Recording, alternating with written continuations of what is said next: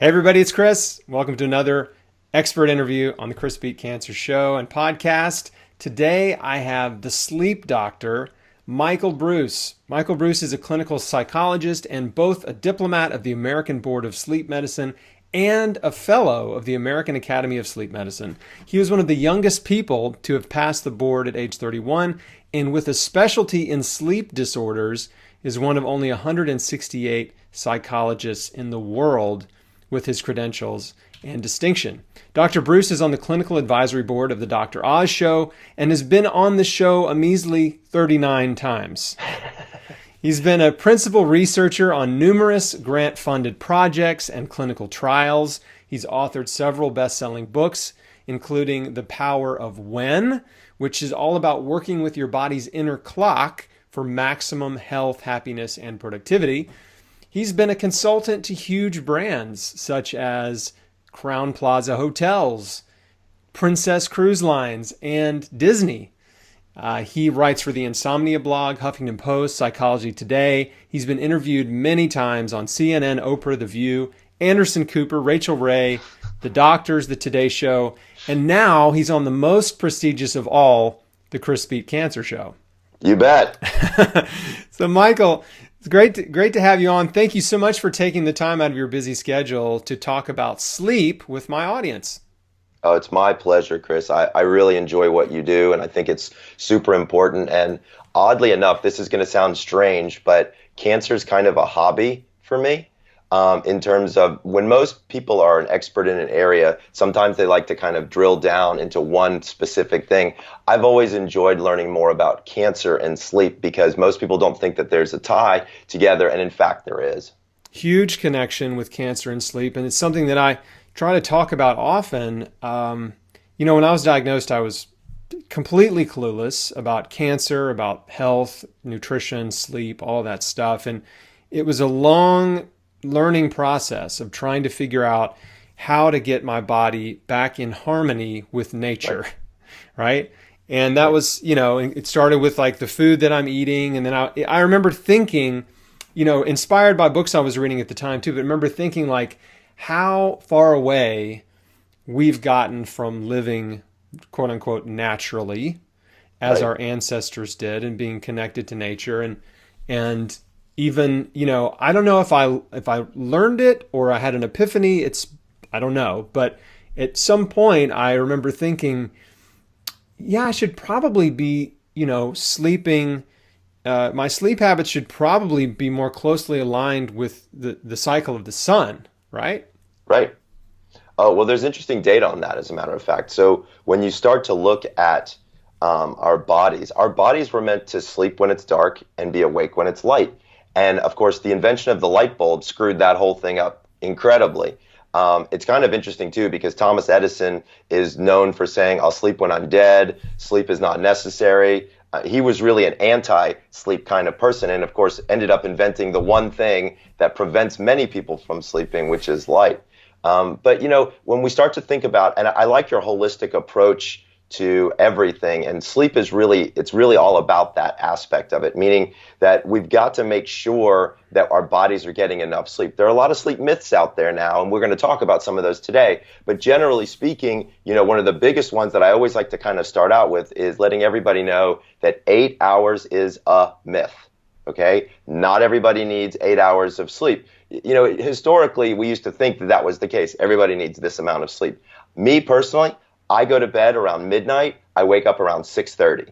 I get 6.5 hours sleep. I'm the sleep doctor, for God's sakes, and I get 6.5 hours of sleep, right? How can that be? It turns out that the more consistent you are with your sleep schedule by going to bed at a very particular time and waking up at a very consistent time, your sleep cycle actually begins to shorten because your body becomes better and more efficient at it.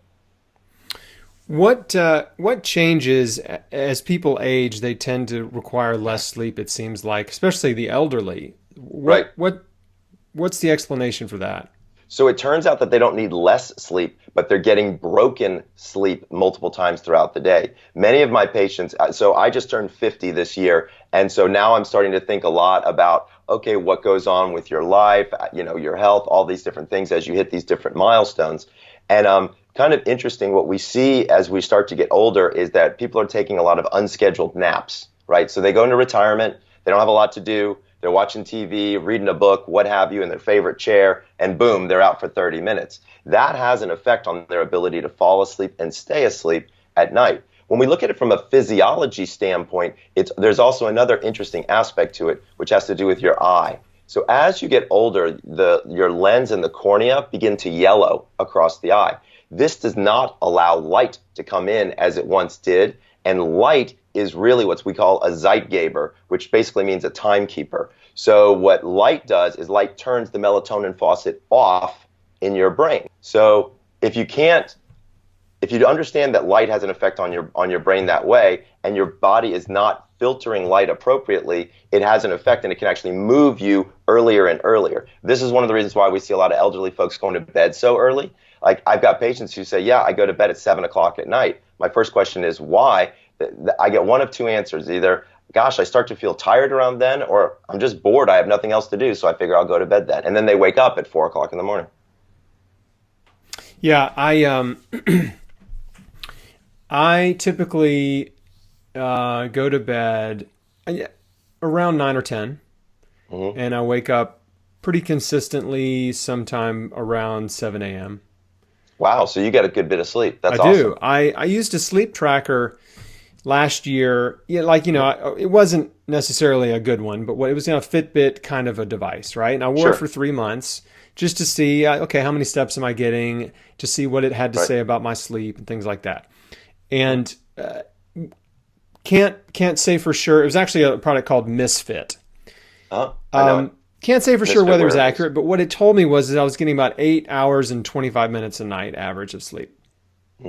So here's the thing about trackers just in general, is there are a lot of trackers on the market. The biggest problem is accuracy, right? And so when I look at tracker companies, here's the big problem that we have when trying to track something like sleep is there's no metric for it, right? I know what a calorie is. I know what a step is. I know what weights are that I lift.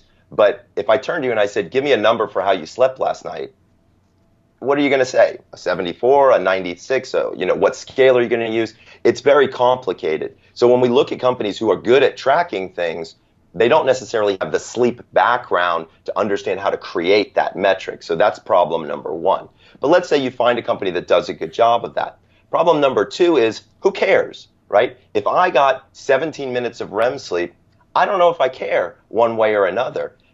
If it's comparative to somebody my age and gender, then I've got a metric or a thermostat, if you will, to be able to understand that. So if I only get 6.5 hours of sleep and I'm a 50-year-old white male, right, and I look at other 50-year-old white males and I say, oh, I'm in the average, well, then I'm okay with that, right? And so that's the second aspect, is we need some comparable data to personalize it, right, to understand it. The third thing that you need in a tracker is advice. Right? So based on my sleep the night before or the week before or the month before, what do I do to fix it, or what do I do to make it better? Almost nobody out there does that. There's only one company I've found that can reliably do all of those things and is a sleep company, like has been a sleep company for years.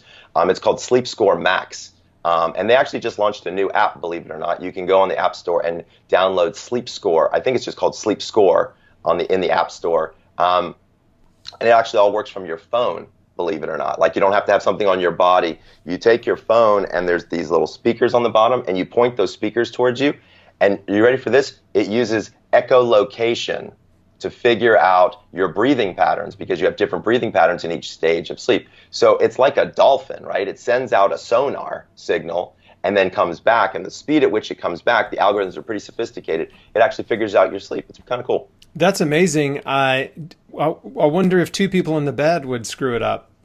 So that's a great question. So the answer is no. You'd have to have two phones. It only goes out about 3 meters. Got it. So it's not going to be a problem. Now, let's say you've got a dog sleeping in your bed, because there's a large percentage of people that have animals in their bed, right? And I do. I'm one of those guys. By the way, in my bed, it's me, my French bulldog, my Chihuahua, my wife, and a cat. Okay, that's what happens in my house on any given basis. This is not a typical night, but when I got up this morning, I got up and I woke up to find me, my youngest daughter, right? my wife and the dog and the cat at the foot of the bed. Yep. And that happens a lot, especially with young kids, right? Yeah. And my daughter used to burrow in from the bottom. I wouldn't even know she was there until the morning. Of course, kids, when they're lying in bed with the parents, for some reason, they have to sleep horizontal while the adults are sleeping vertical, and they have to flop around like fish all night long to drive you crazy. So I feel your pain, brother. I feel it. But the tracker doesn't track it only tracks the individual that's closest to it. Yeah, that's cool. And those problems you described earlier were the same problems I had with the little device I wore, which was, it told me some stuff, and I'm like, okay, well, is that good or bad, or is there anything I can change? It didn't give me any advice, which would be really helpful. So that's really cool. Does that app you're talking about, the Sleep Score app, does it work on airplane mode? It does. Oh, that's great. As a matter of fact, that's the whole purpose of it, so that way you don't get interrupted in the middle of the night, things like that. So it's actually pretty cool, yeah. So what are the worst habits? Or let me phrase it differently. What are the worst sort of sleep destroying habits that many people have and may not know about? So if people take one thing from this podcast today, it should be that consistency is king. Right? And it's consistency in your wake up time more so than consistency in your bedtime, right? So people are going to have a variable bedtime, and I'm going to teach everybody a simple calculation to figure out what time you should go to bed. But it's all about the consistency of your wake up time, because when you wake up, your eyes open, you get sunlight, which turns off that melatonin faucet and then starts your day. The more consistently you wake up, the more your brain knows when to go to sleep and will actually curtail the amount of sleep that you need. So there are a lot of people out there who stay in bed much longer than they actually need to. And so what's great about having a consistent wake-up time turns out that it actually helps you figure out what your total sleep time should be. Now, the second part of that equation is, well, I know what my wake-up time is, generally speaking, because I got to go to work, or I got to get up to get the kids ready, or they got to go to school, right? That's a socially determined wake-up time. Here's how we can leverage that to our advantage. So let's say, for argument's sake, that your socially determined wake-up time is 6:30 in the morning, okay? One of the things that we know is that a sleep cycle is approximately 90 minutes long, and most people have 5 sleep cycles. So 5 times 90 is 450 minutes, divided by 60 is 7.5 hours. So right there, we show that 8 hours is a myth right there, because the math doesn't even add up, right? But let's take our 6:30 wake-up time and count backwards 7.5 hours. That puts us at 11 o'clock as our bedtime. And it's a super simple calculation, because a lot of people don't know when to go to bed, right? I mean, when was the last time somebody told you to go to bed? What were you, like 8, 10 years old, right? Something like that. So that's part of the issue here, is a lot of times people will say, oh, I was watching Game of Thrones and I looked up and it was 2 o'clock in the morning. Oh, crap, it was a weekday, And so setting an alarm to teach you when to go to bed is actually more productive than setting an alarm to wake you up, because you should wake up naturally at a very particular time based on your circadian cycle and the consistency of your bedtime. Yeah, that makes a lot of sense. I'd like to know, you mentioned that calculation about figuring this out. Is that what you're talking about just now? Yeah, that's the calculation. The second thing that most people do that they don't realize is caffeine, okay? Caffeine is the number one abused substance in the world. Okay, that's just a fact. But what most people don't understand is that caffeine has a half-life, which means that half of it is metabolized in your system in a certain period of time. The half-life for caffeine is between 6 and 8 hours. Dude, hours, right? So when you think about something like that, my second recommendation for people after having one consistent sleep schedule is to stop caffeine by 2 p.m.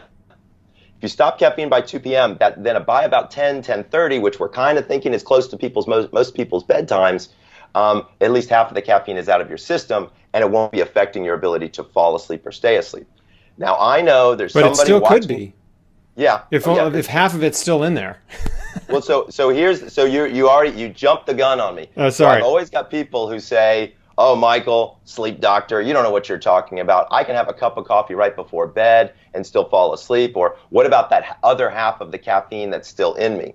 So it turns out that if you do have a cup of coffee and then fall right asleep, one of two things is going to happen. Number one, you're so damn sleep deprived that you're overriding that caffeine's effect on you. Or number two, if I put electrodes on your head, I can guarantee you're not getting the quality of sleep that you're looking for. And that also speaks to this idea of half the caffeine is still left in your system. If you're a coffee drinker, you're a coffee drinker, or a caffeine person, that's kind of your gig. But if you want to have less effects on your sleep, stopping by 2 p.m. is really going to be a good idea. The third thing I tell people about when you're asking about bad habits is alcohol, right? So the number one sleep aid in the world turns out to be alcohol. There's a really big difference between going to sleep and passing out, right? And that's one of the things that we have to get people to understand. While alcohol does make you feel sleepy, it actually keeps you out of the deeper stages of sleep. Half of the reason that you have a hangover is from lack of deep sleep. The other half is due to dehydration. And of course, alcohol is a diuretic. And kind of once you pee and break the seal, you're going all night long. And that can be a real problem. So if you stop alcohol 3 hours before lights out, after you've had maybe 2 or 3 drinks, you're going to be in good shape. The kind of basic rule is 1 hour per alcoholic beverage. So if you're having a nice glass of wine or spirit with dinner, then you want to stop that roughly 3 hours before lights out to give your body time to metabolize, because it takes the body approximately 1 hour per alcoholic beverage. I don't drink caffeine at all because if I even smell caffeine, I can't go to sleep that night. I mean, yeah, and so that's interesting too, because there are people who have different sensitivities to caffeine. That's something that we're starting to learn now, right? And so you're super sensitive to it, whereas I got people, honestly, they drink 2 to 3 pots a day in my clinic, and they go right to sleep because their body is so used to it. There's actually data to now show, MRI data to show, that if you've been ingesting caffeine for long periods of time, your brain actually doesn't function well without it. Yeah, I get it. Yeah, your body's become adapted to it and dependent on it. Exactly. Yeah. Well, step number four is exercise, right? The single best way to increase the quality of your sleep is to exercise. But a lot of people don't realize this, but exercise can kind of rev your body up.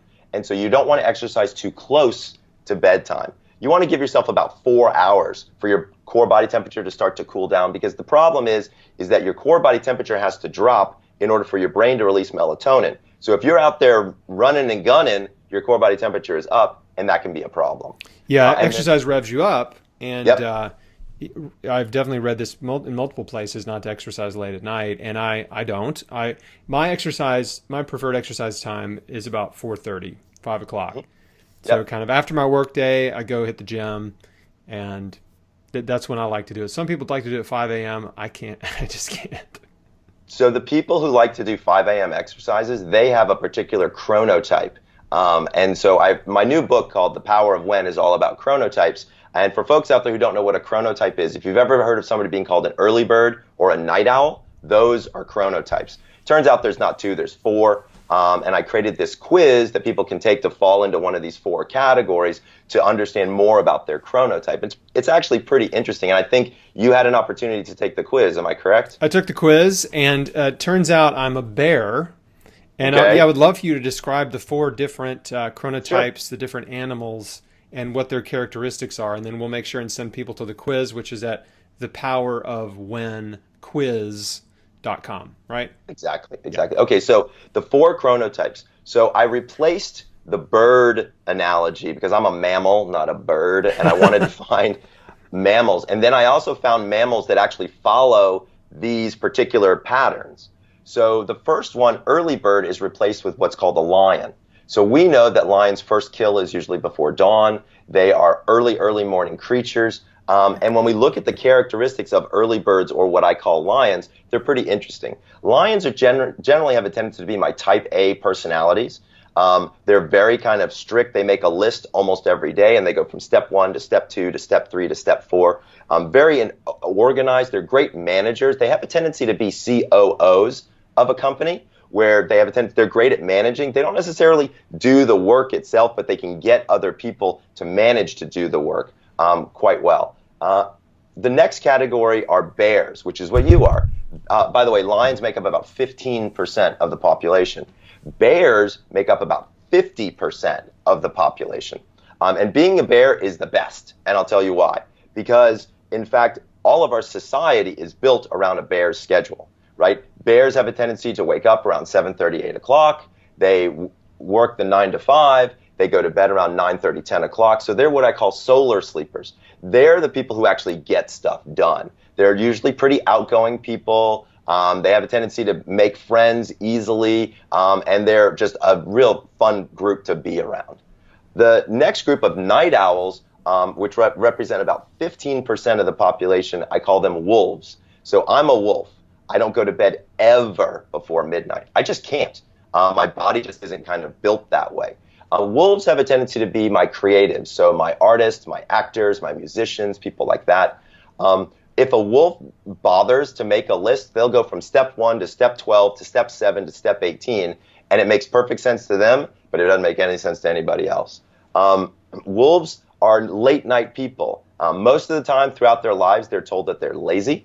They're also told that they don't kind of work within society very well. These are the people who are great on the shift work, but not great at the 8 a.m. meeting on Monday morning type of thing. They make up about 15% of the population, and believe it or not, they have the most health consequences. Wolves, I mean, I know the show has something to do with cancer for a subject matter, and wolves actually have a greater tendency to have cancer than any of the other chronotypes. The final chronotype is what I call a dolphin. And so the reason I chose dolphin is most people don't know this, but dolphins sleep unihemispherically, which means that half of their brain is asleep while the other half is awake and looking for predators. So they're kind of never asleep and never awake. And I felt like that was kind of a good representation of my insomniacs. And that's the category that I really contributed the most to this. The other three have been around for a while, but what I discovered was there's actually a genetic propensity for some people to have insomnia. And by the way, these categories are all based on your genetics. You could go to 23andMe, and they actually have a report on morningness and eveningness there that you could get to learn more about your genetics. But this is all based on genetics. And my dolphins are just like my lions, but they have a lot of anxiety. So they're type A personalities, but they've got just enough OCD in them where they can never quite finish a project. They always think that there's a little bit of tweaking that needs to be done. They're kind of anxious people in general, but they are very hard workers, great people to get along with. But oftentimes they're better off if you just kind of leave them alone and let them do their thing. Yeah, that makes a lot of sense. My wife and I are both bears. Pretty much. Which is good when you live with somebody who's the same chronotype, but sometimes you can be off. Yeah. Oh, I know a lot of couples that are off, like where the husband I'm thinking of one in particular, but yeah, the husband, he loves to stay up and work late into the night, and then he'll sleep in. So he's almost like a night, but he works from home, runs a business from home. Right. Well, it has an office too, but whatever. Yeah. But my wife will typically sleep in longer than me, even though we go to bed at the same time. I don't know what that's about. Like when I wake up, I'm up. There's a certain point where I'm like, there's no point in me laying here anymore. So there's actually some data to show that women actually require more sleep than men. We think that has to do with the fact that their brains turn out to be a little bit more complicated, and they actually do more with their brain. Women are much better at multitasking than men are. And I don't know if that's an evolutionary thing, but being a mom and being a wife and being a career person and all these different things require a whole lot of attention in a whole lot of areas. And so, your brain gets tired, and we think that has something to do with why women have a tendency to sleep a little bit more than men. That makes a lot more sense to me. Do men tend to be more morning people than women? It doesn't seem to fall into that category. Like with the chronotypes, it doesn't. We never saw any real big gender differences between chronotypes, other than the fact that women do have a tendency to sleep longer than men have a tendency to sleep. So it's kind of funny. So I'm a morning person. Like usually when I wake up, I'm just kind of happy. I'm awake and I'm in a good mood. Yeah. Typically, right? But my wife, when she wakes up, she's typically not in a good mood. Right. And if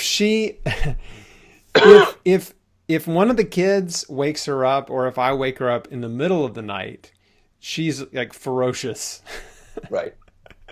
Does that mean anything to you? Well, so again, my women are actually the ones who talk to me more about insomnia than men have a tendency to do. There's no data yet on mood and gender differences with sleep in particular. But one of the things that we know is disrupted sleep has a dramatic effect on mood, no matter what, right? And so my daughter calls them grumpy fish, right? And so, and it's a perfect, it makes perfect sense as soon as you hear her say that. Because at the end of the day, one of the things that's really important is understanding that sleep affects you emotionally, it affects you cognitively, it affects you physically. So when somebody's sleep is disrupted, they're going to feel those effects in their body, in their mind, and in their emotions. And so that's not an uncommon thing for me to hear.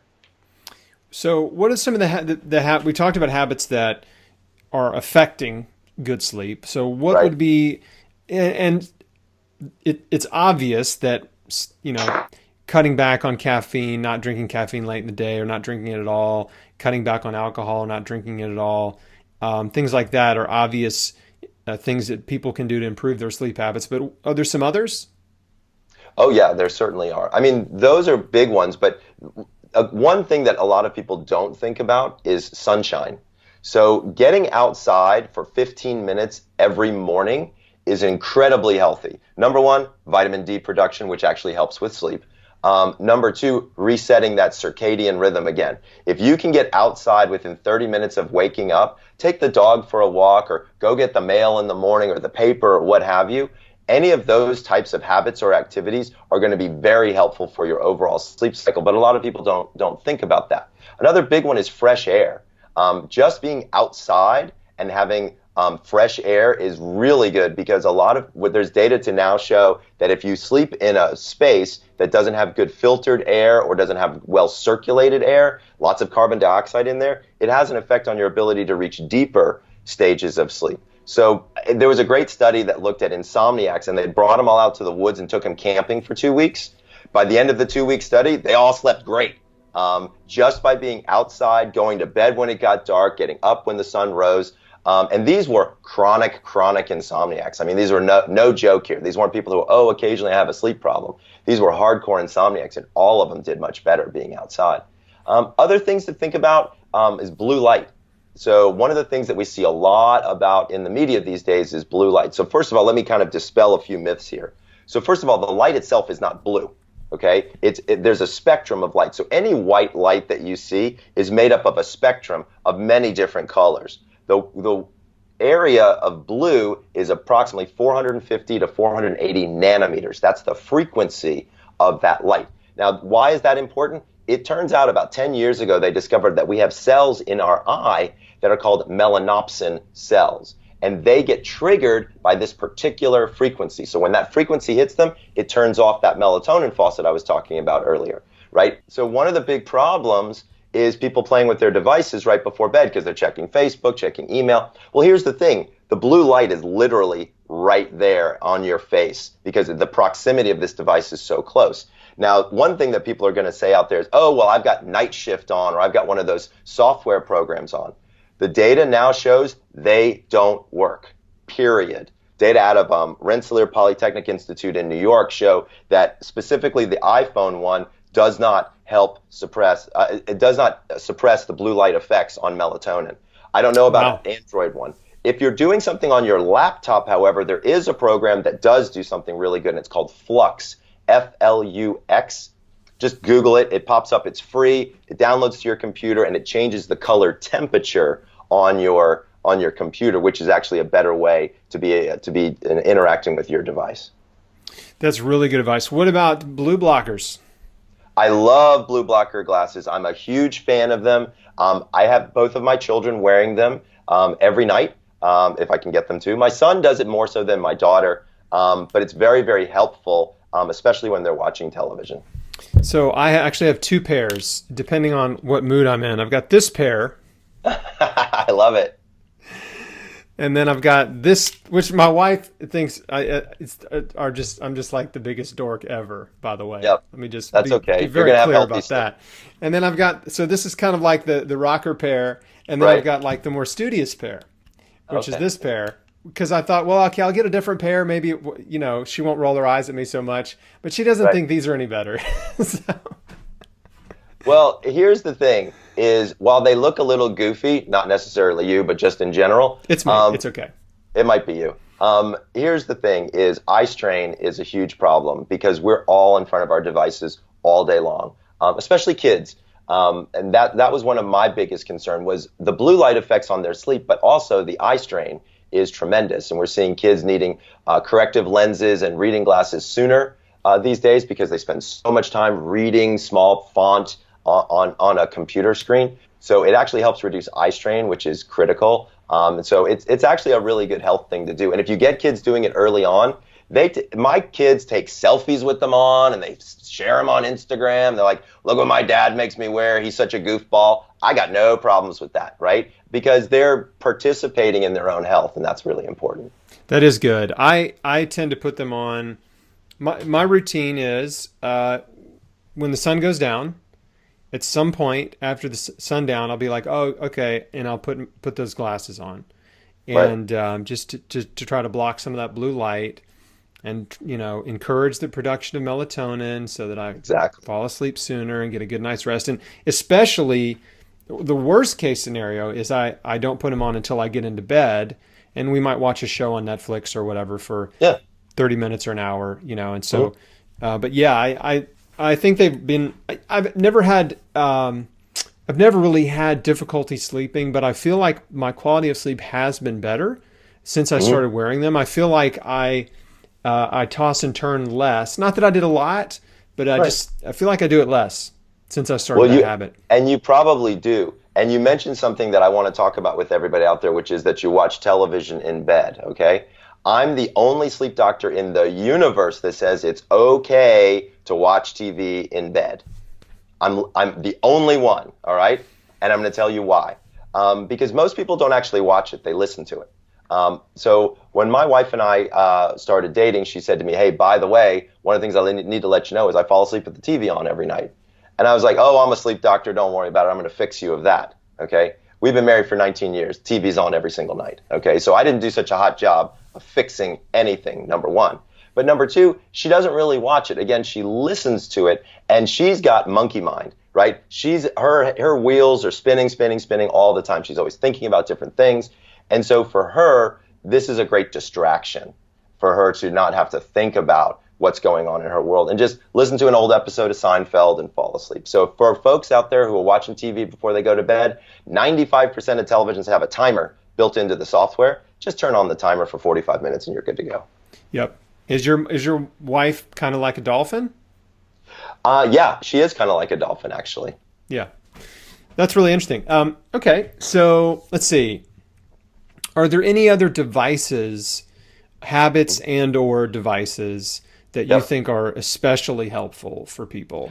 I do, actually. I'm looking around my office to see. I used to have one here. I don't see it anymore. There are specialty light bulbs now that have filters in them that filter out the blue light. So if you don't want to look goofy by having those glasses on, I've got bedside table lamp, and they're only like $20. The company is called Lighting Science Group. So if you go to their website, or if you go on my website, thesleepdoctor.com, and you go into products, you'll see, I think you can get a discount actually on the bulbs themselves. So I have that in both of my kids' bedside table lamps, and they don't know the difference. And it filters out the blue light, so I'm in much better shape. I still try to get them to wear the blue blockers, but kids are kids, so it's not always so easy. I'm also a big fan of sound machines. There's a lot of people out there who use them, and they're very, very effective. Sometimes you can just download some sounds to your phone if you're okay with having your phone near your head while you sleep. Me personally, I don't like my phone anywhere near me when I sleep. I charge it in my office because I'm just not interested in getting a phone call in the middle of the night or emails or be tempted to look it up. But you can listen there, or you can just get a regular old sound machine. My favorite on the market is called Zenergy from iHome.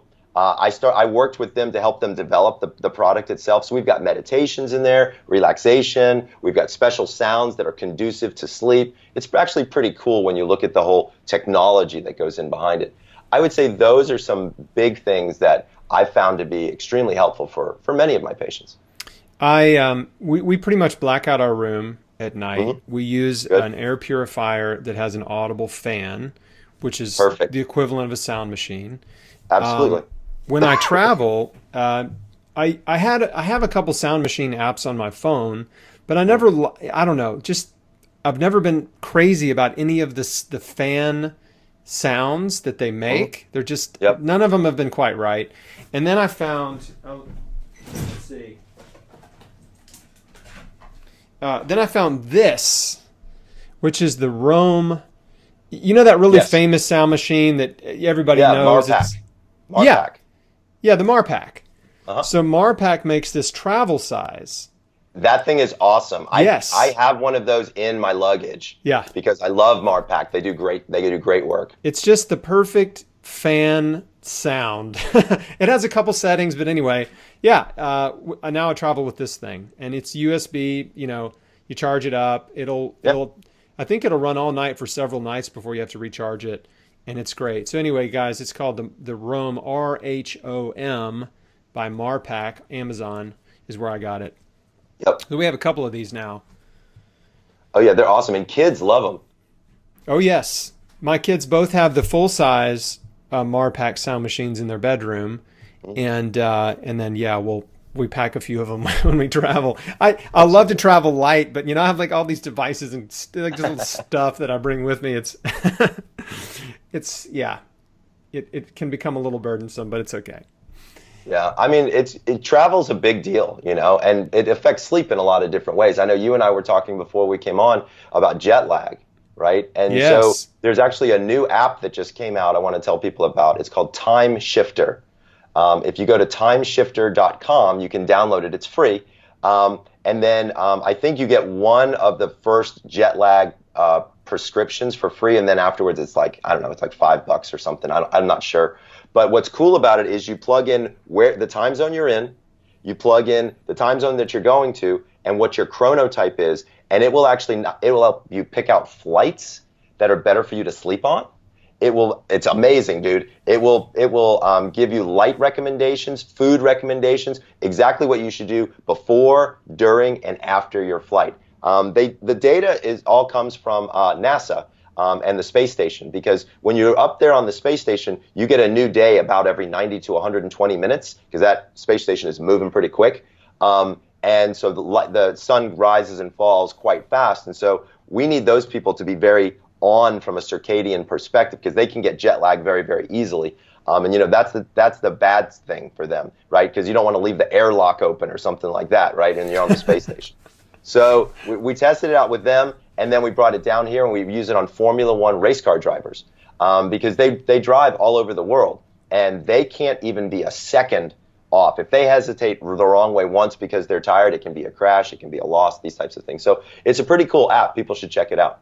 I'm super excited about that. I'm going to be download that as soon as we finish this interview, actually. So I was in Russia a couple of weeks ago. My wife and I went. I spoke at this event there, and you know the travel time to get there is about 20 hours, and so it's a long. I mean, you know, it's just we left early in the morning on a Friday, and we got there early in the morning on a Saturday, Russia time, and you know we got a little sleep on the plane, but not much. More like the equivalent of a nap or two.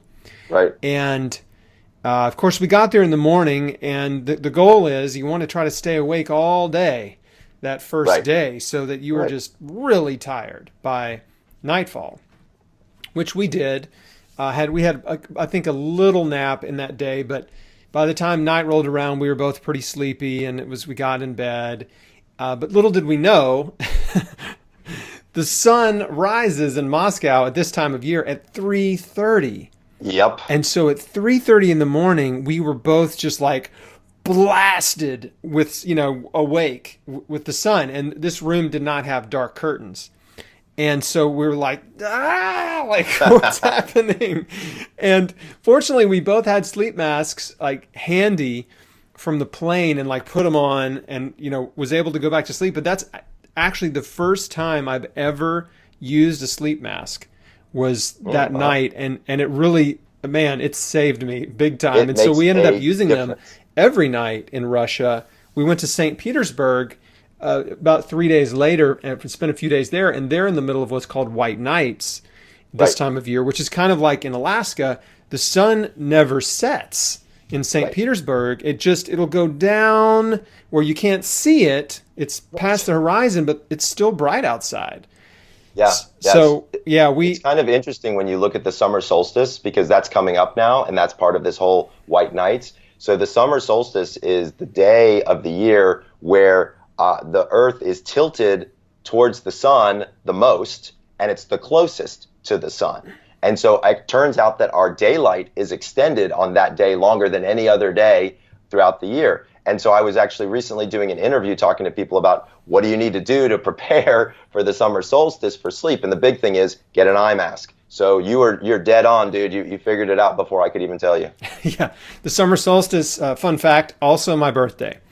Okay. Yeah. Happy almost birthday. Is there so one thing that happened to both my wife and I, because we don't use sleep masks normally, is we both woke up with, if you sleep funny on your pillow and you wake up and you have like wrinkles on your face. Sure. Well, so this particular sleep mask left this huge indentation on our face from where the seam is, because just sleeping on the side of my head. And we both had it on our face for like half the day. I mean, it was ridiculous.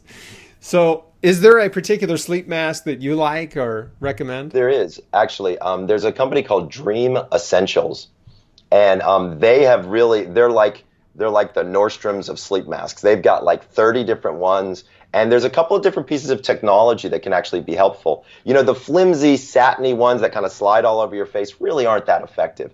What you want one that has a Velcro strap, not an elastic strap, because the elastic will wear out, but the Velcro you can fit nicely to your head. You also want one that's raised off of your cheekbones and that has something underneath here, because when you're lying down, light comes up underneath, right, and can kind of bother you. So you want something that's going to keep the light out here. Also, I like them so that they have these little eye cavities, because I don't like when my eyelashes rub up against it. It's very annoying to me. So given a little bit of height there, they can work very well. But if people check out Dream Essentials, I think they make the best eye masks out there. That's great. Yeah, I'd like to get, the ones I have are all ones that you get for free on a transatlantic flight or whatever. Right. So they get the job done, but I'm sure there's something better. And especially for a side sleeper, like I don't want to wake up and go to an interview and have like some giant, chafing or whatever. Right. Exactly. on my face. That's great. Okay. So, I'm trying to think of there's something else I was going to ask you about. A lot of people like to ask me questions about supplementation and different supplements that people can take that can be helpful for sleep. Please, so that might be a topic that I think some of your listeners could find quite fascinating. So when we look at supplementation as a broad category, a couple things that people need to know. So first of all, magnesium is king when it comes to sleep. Our bodies actually don't produce magnesium. We have to ingest it. And unless you're eating like a bushel of kale a day, you're not getting enough magnesium, and your body is pretty deficient in it. Turns out there's like over 300 different functions that magnesium has in your body. So being deficient in it can really wreak havoc on you. So magnesium supplementation daily is a good idea, number one. Now, if you're not a big pill swallower, or you want to give magnesium to your children, I have a sneaky but fun way to do that. So it turns out that bananas are nature's sleeping pill. They're loaded with magnesium, but it turns out that the peel has got almost 3 times the amount of magnesium as the fruit itself. So here's what I have people do, is go get an organically grown banana, wash the dirt off of it, cut the tip off and the stem, cut it in half, leave the fruit in it and the peel on. Take it and drop it. No, take it and drop it in about 3 cups of boiling water and boil it until it turns brown. And then drink the water. Wow. Okay? It's called banana tea. Kids love it. If you got to like bananas, though, because it's very banana flavored.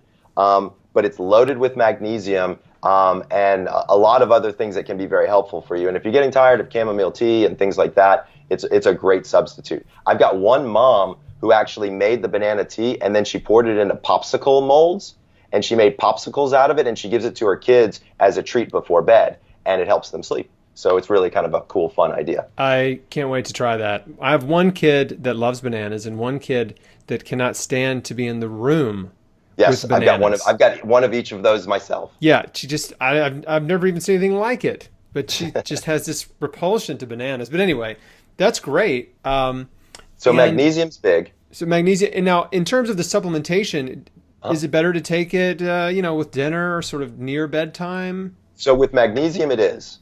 It's definitely better to take it later in the day, unless you're taking a magnesium complex that has other things in it like vitamin B or things like that. Vitamin B, which affects sleep quite a bit, by the way, should be taken in the morning. A lot of people get really energetic from vitamin B, so you should take your Bs in the morning. And if your magnesium is with vitamin B, go ahead and take it in the morning. But generally speaking, you should take it at night.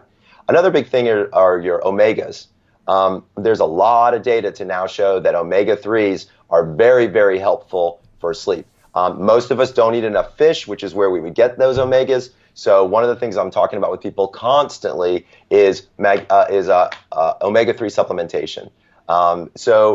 Talk with your doctor to find out what you personally might need. I actually take a full gram a day. That's just me. I'm a little overboard on it, but I like the effects that omegas have on cognitive function for me, and so that's why I take that level of them. The other thing is vitamin D is another big one, especially for folks who don't get a lot of sunlight. Vitamin D helps regulate your circadian cycle. I take between 1,000 and 5,000 units per day. What about melatonin?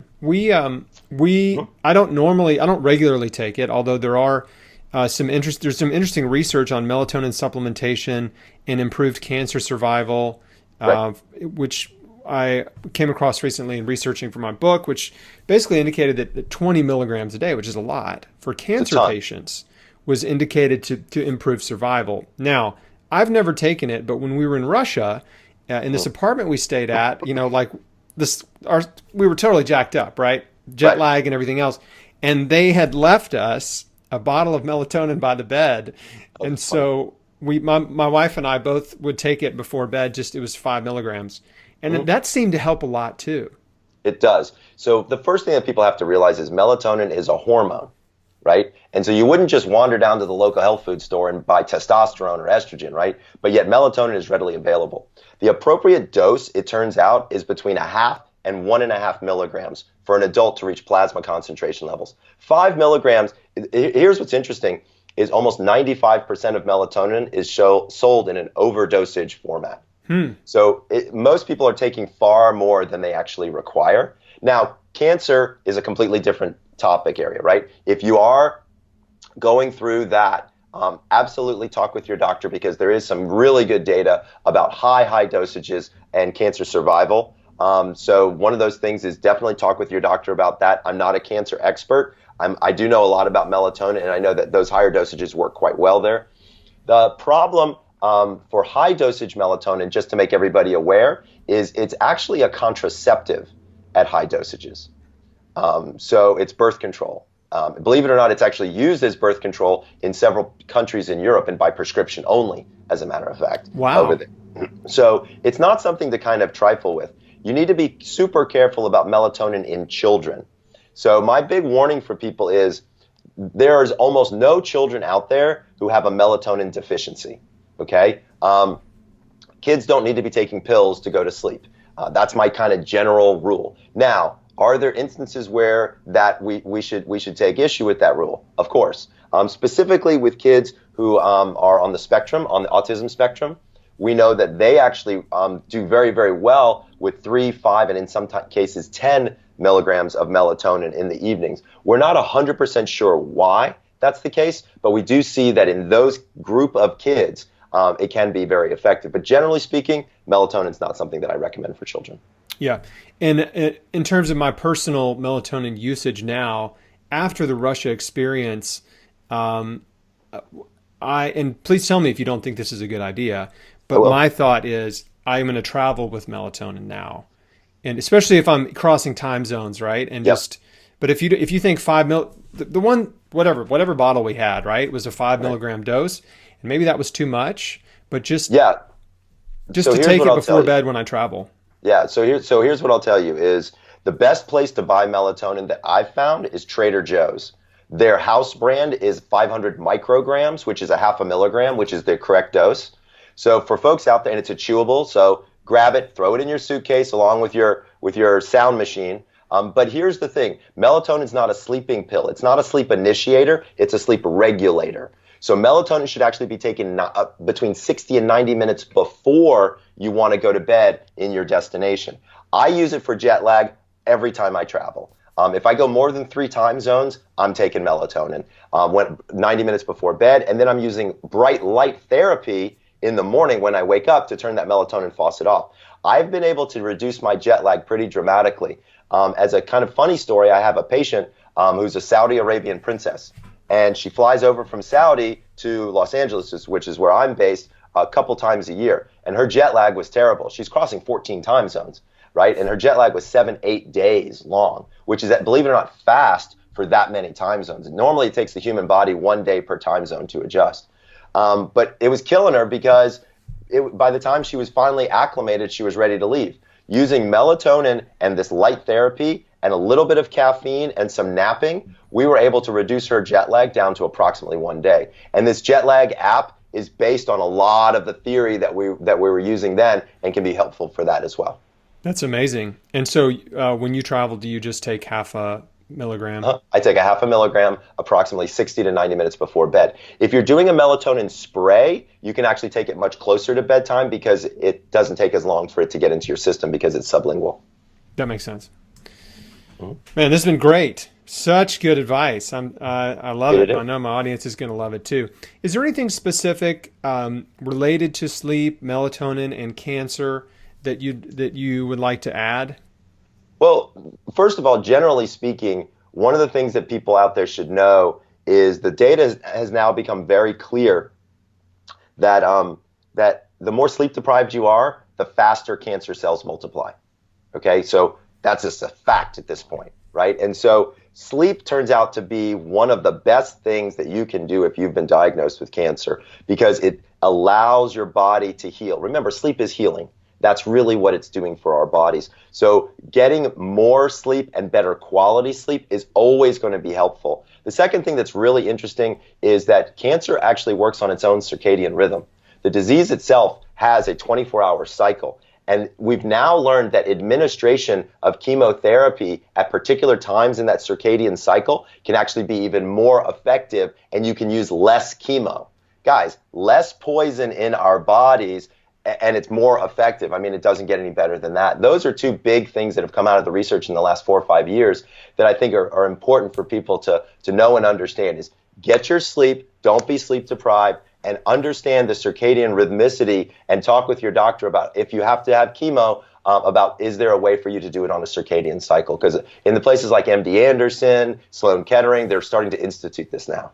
That's good. Yeah, I've seen some of those studies, and I thought that was fascinating about timing chemo doses with the patient's circadian cycle and how they determine an optimal time to give it to them, right? It might be late afternoon, right? Or it might be right before bed or whatever. And apparently there are different times during the day when the cancer is more sensitive to chemotherapy. So unfortunately, this is not widespread practice yet. So, no, you know, it's not. It's not. And also, people who are sleep deprived also have a greater tendency to get cancer.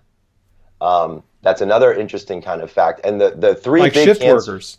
Like shift workers, exactly. The three big cancers that we see that are most related to sleep deprivation turn out to be prostate cancer, colorectal cancer, and breast cancer. So, and those are the big three in cancer anyway. And so it's really something, I can't, hope enough for people out there to take sleep seriously when it comes to our overall health. And especially if you've got something like cancer going on as an issue, it really turns out to be important. You mentioned a study earlier, which I think is the same study I read, or if it's not, it's one that is almost exact as a study I read, which is when they took people out into the woods for a week. Yep. And they kind of measured their, they tracked their sleep cycles before they took them out. They measured their melatonin, their body's production of melatonin, the onset and the offset of melatonin. Right. And they found, within about a week, they started getting sleepy within an hour of sundown. Yep. Their melatonin production started much earlier, and then and then it stopped right after sunrise. So they were all of them, their bodies shifted to be in tune with the cycle of the sun, and as a result, they produced more melatonin per day, which melatonin is a powerful anti-cancer hormone. So, generally speaking, the more melatonin you can produce at night, the better off you're going to be. right? Absolutely, absolutely. And most people don't know this, but melatonin is not only produced by the pineal gland in the brain. Almost 80% of our melatonin is actually produced in our gut. And so gut health turns out to be super duper important as an anti-cancer and even for folks who have cancer. So really understanding your microbiome and getting healthy bacteria in there is going to be very helpful. Are there particular bacteria, probiotics, and or foods that contribute to healthy gut bacteria that contributes to melatonin production that you know of? I don't know of any per se, but I would have to believe that there are. That's a very kind of specific line of research. But if I had to guess, I would say that the answer is yes, that there are certain probiotics that can be quite helpful in your melatonin production and therefore in your sleep. I just don't know them. That's great. Okay, Dr. Breus, thank you so much. This has been so fun, so interesting. I'm super excited to share it. Where can people find you? Mm-hmm. So I'm super easy to find on the internet. It's thesleepdoctor.com. You can't forget that. I'm the same on Facebook, Twitter, and Instagram. It's just The Sleep Doctor. And if you want to take the quiz and learn more about your chronotypes or pick up my book, you can go to thepowerofwhenquiz.com and check it out. Awesome. Thanks again. This has been really fun. Hey, everybody, thanks for watching. Thanks for listening. Please like and share this interview. I know it's going to help a lot of people. And I'll see you guys on the next one. Thanks again. Thank you.